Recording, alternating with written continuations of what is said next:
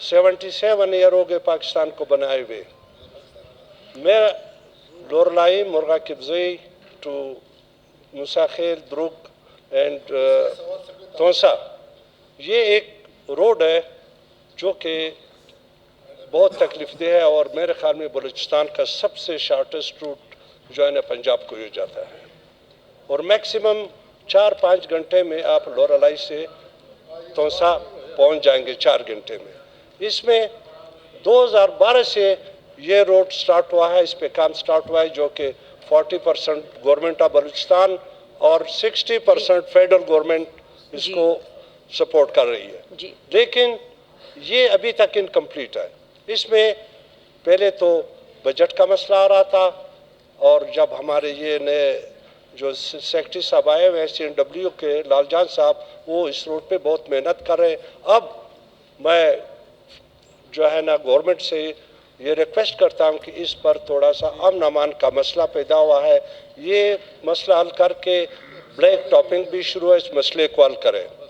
दूसरी बात जी मैडम, ये जो डिस्ट्रीब्यूशन होती है स्पेशली जो एजुकेशन डिपार्टमेंट में, मैं अपने हलके में ऐसे एरियाज आपको बताऊंगा जिसमें कम से कम एक एक गांव में 60-70 बच्चे, मैं खुद कैंपेन में गया और वक्त मैं जाता हूं कि वो लोग, उनको जो है ना ये अपॉर्चुनिटी नहीं है कि वहाँ पर कोई प्राइमरी स्कूल हो।